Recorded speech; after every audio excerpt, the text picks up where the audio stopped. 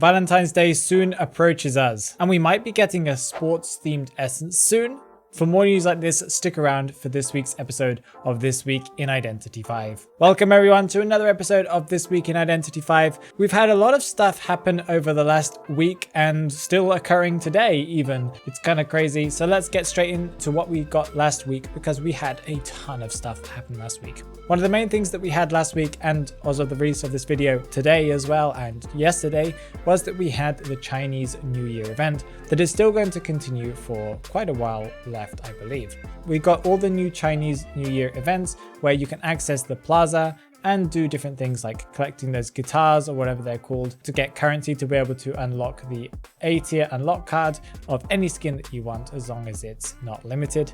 Along with a daily login event where you'll be able to unlock a skin for Wu Chang and also a trial card for any A tier skin that you want. And of course, clues, fragments and stuff like that as well. As of yesterday, they released the new event now where you can send red packages to each other. This is a thing that happened last year and happens every year, where by playing matches, you can unlock red packages and then send them to, I think, friends or possibly to groups of people in chats, as I understand. And people will get a split of either 288 clues or whatever the amount of clues you want to send, and everyone gets to share them. The Chinese New Year brought along as well a spyglass package because they are putting some things in the spyglass store. Red package thing that you can obviously buy in the store as well. New Year furniture that you can buy with echoes that I think are A tier and so on, like higher tier rarity furniture. But you're also able to buy B tier furniture from the spyglass store, as far as I understand, for 80 spyglasses. At least this is what they announced, but I haven't seen it yet because I'm recording this technically the day or the day before I think they're going to release these things.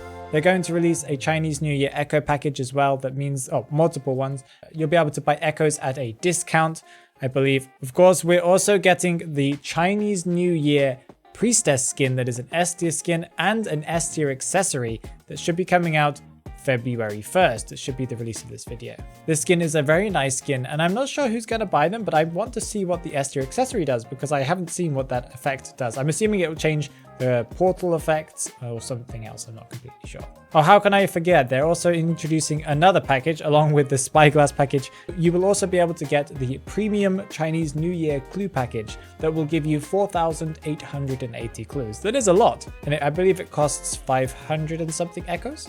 Not bad, not bad. The Wishing Lights event, that is one of the things I believe you can access in the Praying Plaza. By logging in and doing that event, you'll be able to get 10 memory spheres that will give you some things from previous essences if you've kind of select them or open up those essences. So that's going to be cool as well that they're giving us 10 memory spheres. Another thing that you'll be able to access in the spyglass store, apart from the Chinese New Year furniture that they should be putting in on February 1st, something that you could already access beforehand, they gave us the Prospector A tier skin, costs 500 spyglasses. So yeah, there's a lot of reason for you to save up, or hopefully you guys saved up some spyglasses, and maybe now you might want to buy one of those spyglass packages that the game offers because it makes sense. As of the release of this video, by logging in daily to the game, you can get a special Chinese New Year label, an A tier trial card, and 88 clues. So they've given us some more reasons to log in over this Chinese New Year event. I think it's mostly aimed towards China, but hey, we're getting it too. Other things that came along with the Chinese New Year event but aren't directly related is the Penrose Maze event, where you can participate by spending sealing wax to roll a 6-sided dice to advance on the board and get rewards. The rewards you can get include the S rarity costume and A tier accessory for Explorer. That is a very nice skin and a pretty good accessory too. You can get A costumes from previous essences, as I understand, and a lot more. I haven't really participated in this Penrose Maze event, but I know that a lot of people are doing that. By also participating in this event, you can earn Nightingale's blessings. By exchanging 7,000 blessings, by which you only get 20 per roll, I believe, you can unlock the SS rarity costume for Perfumer. I believe this skin is valued right now by how much money you have to spend on it, around $500 to $600. We got quite a lot of skins, as I talked about in the last update. We got Violinists Once series skin along with also Doctor's Once series skin. We got a A-tier skin for Prisoner that is his Deduction Star series costume. We got a B-tier costume for Weeping Clown, along with his introduction into the game as well. Now you'll be able to buy him yourself in the store without having to unlock his S-tier, I mean. And we got another Ivory Tower skin that is for Coordinator.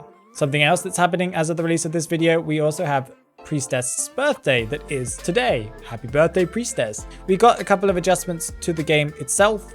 Weeping Clown got a bit of a change where now they've added an automatic pickup thing that will always be displayed. The issue was that it wasn't always displayed and it was a bit awkward to turn on, but now it will always be displayed, so there's no difficulty with that.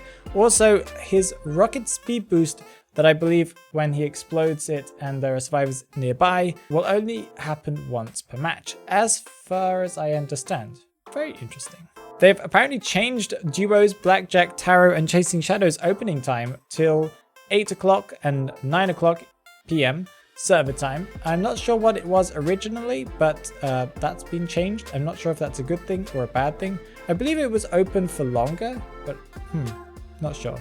They've also improved the room picture mode that they added a couple of weeks ago. One of the complaints I believe were that if you moved, it would cancel the camera thing. So now you can move around the room as you take the picture, as far as I understand. Make sure you guys also go to the special website that Identity5 have put in their Twitter, for example, that is to participate in the paper cutting event, where you can go to the website on your phone and cut out some shapes and earn yourself some rewards in game, including fragments and clues, I believe. What can we expect from next week's update? Well, first of all, next week's update is not coming on Thursday, but is instead coming next Monday. They've delayed it, I'm assuming because of the Chinese New Year. I can imagine a lot of the developers are on holiday, but also because the fact that a lot of content came out on the 1st of February, so they just wanted to give themselves some more time. When this update rolls out, we shall expect the final push event for the season, meaning that you'll get more points towards the rolling your dice and so on, so you can unlock more dice and get further on in the logic path. So make sure you guys start saving up your dice because it's getting to the end of the season now. The Valentine's Day event will begin where you'll be able to unlock Valentine's Day portraits, frames and more, which we assume, and I have seen some leaks towards, being patient and psychologist themed. But I didn't know there was a portrait frame as well, but that does make some sense, I guess. The rose cane, that is the accessory for Ripper that changes his pickup animation, is going to return again. This keeps on coming back every year. This is the one that does not permit you to attack. I can expect, although they haven't announced, that Weeping Clown probably will be added to rank mode, and the other game modes will probably mostly be rank mode, maybe not the other game modes yet. Sometimes that comes a week after when they add them to rank mode.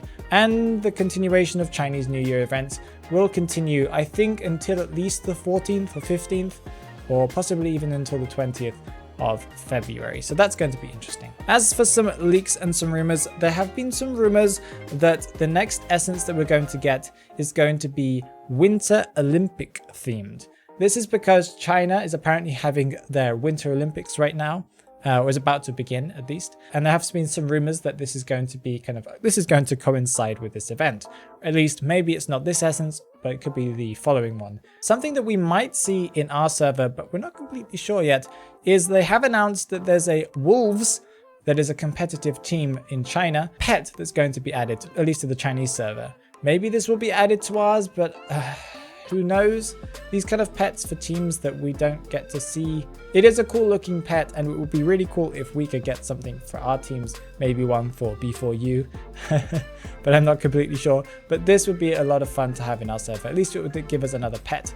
There have been a couple of model leaks. One of the ones that is kind of mostly recognizable is one for Cowboy that is a model for his whip. So that means that maybe there's a skin coming soon for Cowboy, possibly with the next essence. Not sure why there will be a whip themed one for Winter Olympics, but we'll find out soon enough. We've had some sounds leaked.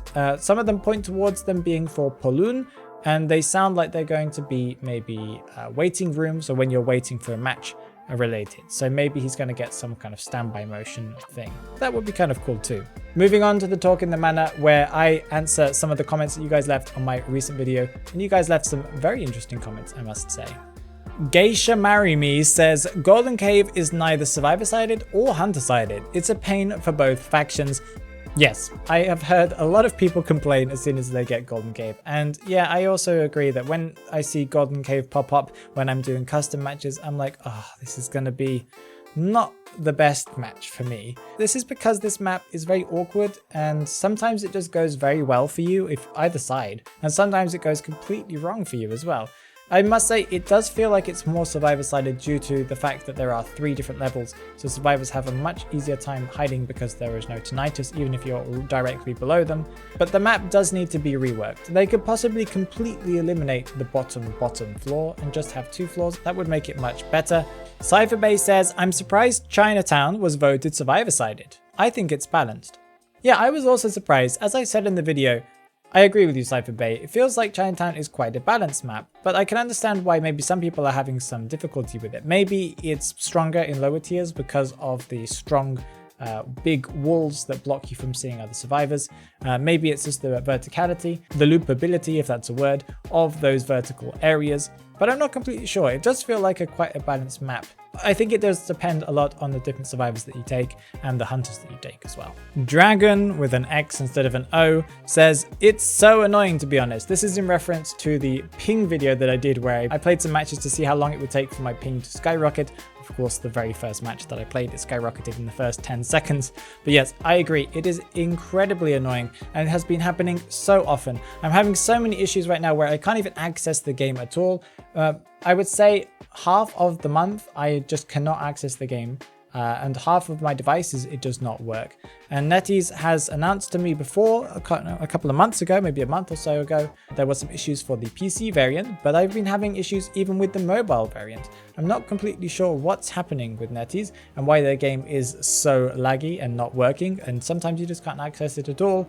But NetEase really needs to get on with this soon because it's starting to affect their player base. If they want to keep on getting money, then they need to get more players in, and they need to keep the players that they already have. Which characters do you think will be getting these skins if there is going to be a Winter Olympic Essence? Which characters will get them? Tell me down in the comments below. And whilst you're down there, make sure to like this video and subscribe if you want to get more news every single week about Identity V.